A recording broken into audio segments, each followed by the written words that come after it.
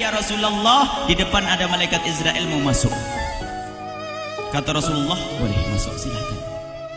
Kemudian malaikat Israel mengucapkan salam, dan setelah mengucapkan salam, malaikat Israel menawarkan, ya Rasulullah, aku disuruh oleh Allah untuk mencabut nyawamu atau membiarkan engkau. Dalam riwayat, aku disuruh oleh Allah untuk memberikan pilihan kepadamu, al-baqa' fid dunya, tetap di dunia, atau ar-rafiqul a'la, atau dengan Allah.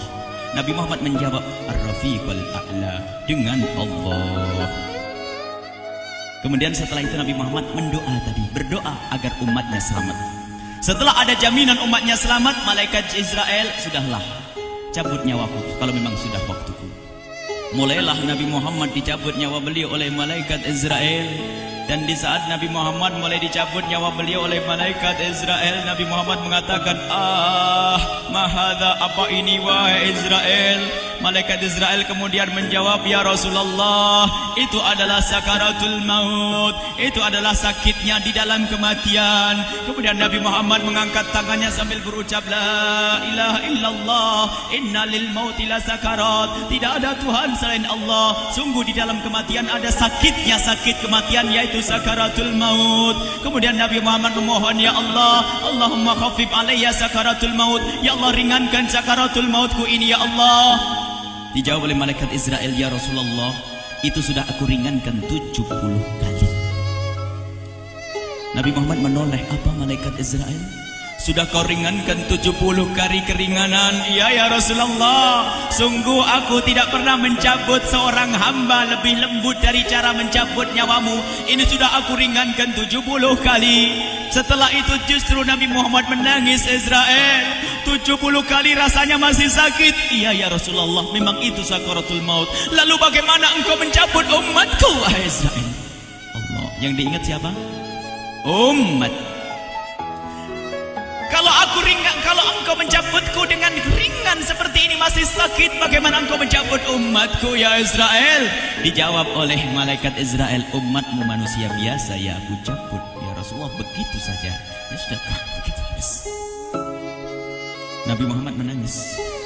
Tiba-tiba Nabi Muhammad mengangkat tangan dan memohon kepada Allah, Allah, Allah, inna lil mauti la sakarat, la ilaha illallah, inna lil mauti la sakarat, sungguh di dalam kematian ada sakaratul maut.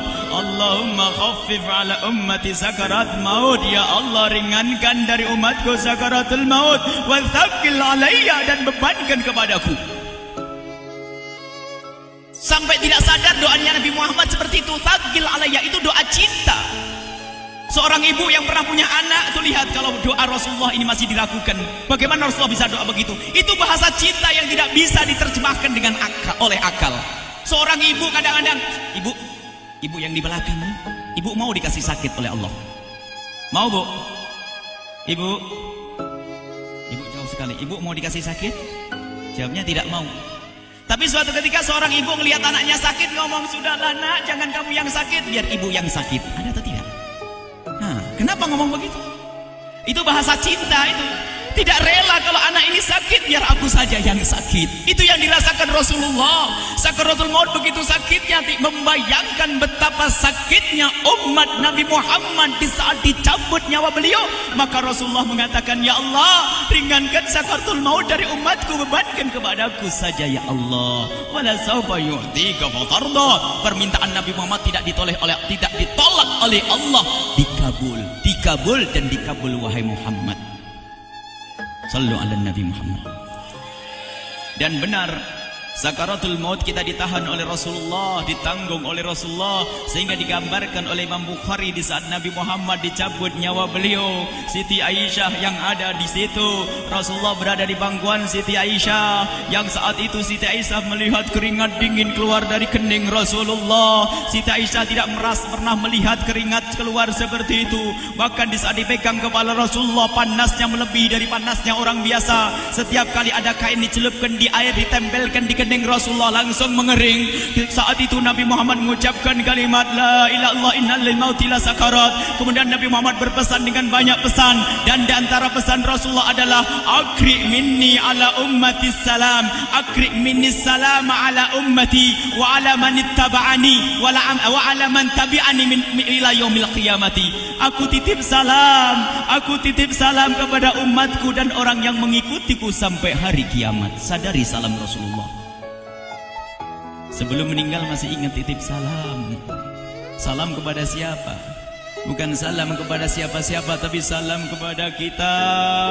Maka mari kita mengucapkan salam kepada Rasulullah, karena Rasulullah sudah salam duluan kepada kita. Mari kita sejenak bersalam kepada Rasulullah dan hadirkan Rasulullah ada di mata kita dan di hati kita. Mari kita bersama-sama mengucapkan salam. Assalamualaikum ya Rasulullah. Assalamualaikum ya Rasulullah. Assalamualaikum ya Habiballah.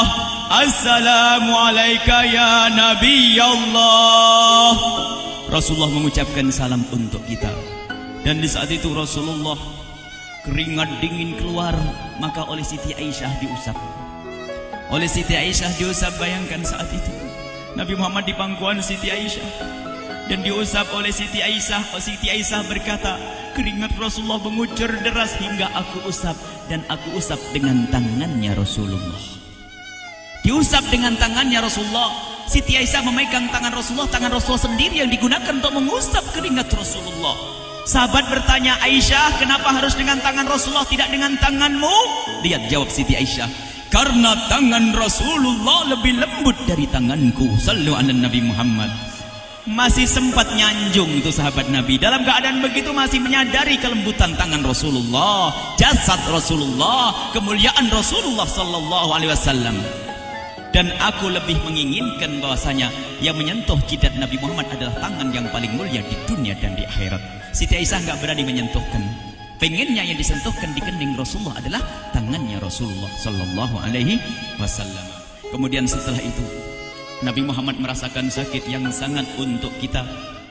Kemudian Nabi Muhammad mengangkat tangan tinggi-tinggi mengucapkan la ilaha illallah inna lil mauti lasakarat. Tiba-tiba tangan itu semakin turun dan ditangkap oleh Siti Aisyah. Dan di saat tangan itu jatuh di tangan Siti Aisyah, kemudian tiba-tiba paha Siti Aisyah merasakan berat kepala suci Rasulullah.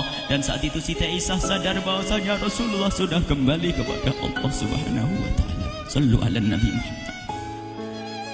Siti Aisyah bingung di saat melihat seperti itu. Ditaruh pelan-pelan wajah Rasulullah sambil menangis lalu berkata, Rasulullah sudah meninggal. Para sahabat Nabi pada bingung. Sayyidina Ali tiba-tiba terduduk, nggak bisa berdiri. Sayyidina Utsman nggak bisa ngomong. Ada orang Sayyidina Zaid berkata, aku baru melihat Rasulullah. Setelah ini aku tidak mau melihat lagi selain Rasulullah. Ya Allah, butakan mataku. Aku tidak ingin aku kotori mataku dengan selain Rasulullah. Dan dibutakan oleh Allah. Bermacam-macam kejadian saat itu. Madinah heboh luar biasa dengan meninggalnya Rasulullah sallallahu alaihi wasallam. Dan sungguh meninggalnya Nabi Muhammad adalah menghidupkan hati yang mati kalau orang faham. Tiba-tiba Sayyidina Abu Bakar datang. Setelah Sayyidina Umar mengatakan, siapa yang mengatakan Muhammad meninggal akan aku penggal lehernya. Jangan seperti orang-orang Nabi Muhammad sekarang lagi pergi seperti waktu Musa pergi kepada Tuhannya, kepada Allah, nanti akan kembali kepada kita. Muhammad belum meninggal. Ini adalah karena kecintaan Sayyidina Umar bin Khattab, tidak ingin Nabi Muhammad pergi. Tiba-tiba datang Sayyidina Abu Bakar As-Siddiq lalu masuk ke kamarnya Rasulullah, lalu masuk kepada Rasulullah, kemudian mengecup kening Rasulullah. Dan Sayyidina Abu Bakar berkata, ya Rasulullah, tibta hayyan wa mayyita. Ya Rasulullah, engkau tetap harum dalam keadaan hidup dan harum setelah meninggal dunia. Sallu ala Nabi Muhammad. Hingga sampai setelah hari besoknya meninggal Rasulullah Senin sore, Selasa malam, Rabu dikubur Rasulullah sallallahu alaihi wasallam. Setelah dikubur, Sayyidat Fatimah bertanya kepada Sayyidina Abdullah ibn Abbas, Sayyidina Anas, wahai Anas, hai Anas, sambil menangis Sayyidat Fatimah Zahra, hai Anas, bagaimana engkau tega? Atabat anfusukum an tahtu ra'sa Rasulillah. Apakah engkau rela menaburkan debu di atas kepala Rasulullah? Sayyidina Anas menangis kaget, ya wahai binta Rasulullah, kalau kami tidak dilupakan oleh Allah, niscaya tidak ada yang bisa mengubur Rasulullah. Jadi saat itu dilupakan oleh Allah, sehingga mereka tidak menyadari melakukan itu semua. Kalau mereka sadar, tidak akan bisa mengubur Rasulullah sallallahu alaihi wasallam. Ini yang diungkapkan oleh Sayyidina Anas, kalau seandainya kami tidak dilupakan oleh Allah, niscaya kami tidak akan mampu mengubur Rasulullah sallallahu alaihi wasallam. Kami yang hadir di sini, ya Allah, ingin senantiasa hadir di hati kami kekasih-Mu Nabi Muhammad. Maka kami mohon, ya Allah, jadikan kekasih-Mu Nabi Muhammad yang akan, ya Allah, yang akan mendampingi kami kelak saat Kau cabut nyawa kami, seperti yang Kau wahyukan kepada kekasih-Mu Nabi Muhammad. Wa absyiru bil jannati, semua hamba yang beriman akan menyaksikan surga, ya di saat dicabut nyawa mereka. Dan surga, di tempat surga itu yang paling mulia adalah Nabi Muhammad. Maka kami mohon, ya Allah, saat Kau cabut nyawa kami, ya Allah, hadirkan Nabi Muhammad di hati kami, ya Allah. Dan kami mohon, ya Allah, saat di alam barzah nanti, ya Allah, saat yang sangat mengerikan itu, ya Allah, kami mohon hadirkan kekasih-Mu Nabi Muhammad, sehingga kami tidak takut dan gentar lagi dengan malaikat mungkar nakir. Dan ya Allah, kami mohon di saat di padang mahsyar nanti, ya Allah, hadirkan kekasih-Mu Nabi Muhammad. Jadikanlah kekasih-Mu Nabi Muhammad yang akan menemani kami dan akan membonceng kami, membawa kami ke telaga Kausar. Lalu kami diberi air minum dari air telaga Kausar hingga kami tidak akan haus selama-lamanya. Ya Allah, jadikan kekasih-Mu Nabi Muhammad yang akan menemani kami di saat kami menyeberang Siratal Mustaqim hingga kami tidak akan terjerumus ke neraka Jahanam. Dan jadikan kekasih-Mu Nabi Muhammad yang akan kami saksikan setiap saat di surga-Mu, ya Allah. Ya Allah, jadikan kekasih-Mu Nabi Muhammad yang senantiasa, ya Allah, kami lihat kelak di surga. Dan jadikan ucapan kami di akhir hayat kami kelak adalah, ya Allah, adalah kalimat agung dan mulia, La ilaha illallah Muhammadur Rasulullah.